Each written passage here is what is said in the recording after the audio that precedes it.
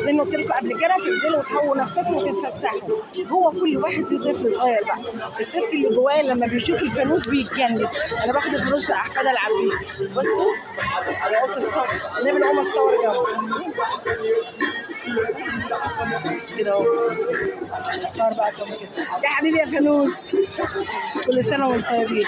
اوعوا النبي تشيلوا لها هم وتقعدوا تعملوا كده اي حاجه.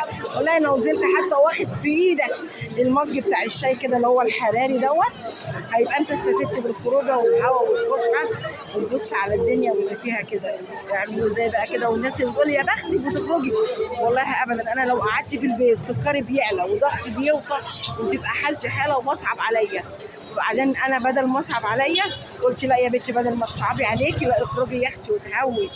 بنتي معايا بس هي بومه ما بتحبش تتصور، وهي بتحط في دماغها ان انا مجنونه كده عشان انا بتصور. مجنونه يعني اعيش مجنونه ولا اموت منقوطه بقى ولا الكلام دوت. كل سنه وانتم طيبين، ويا رب كده يا رب كده يعود عليكم كلكم كده خير. اسمعوا كلامي كده والنبي، نصيحه كده من ماما روكا او تيتا روكا. روحوا اتفسحوا كده وهووا نفسكم باقل حاجه، المشي في الهوا كده والفرجه على الدنيا. بص الناس فرحانه كده احنا بقى ننكد على نفسنا ليه؟ لا بيجوا بتوع الميه والنور والغاز ينكدوا علينا، ننكد على نفسنا ليه؟ يلا اسيبكم بقى بخير.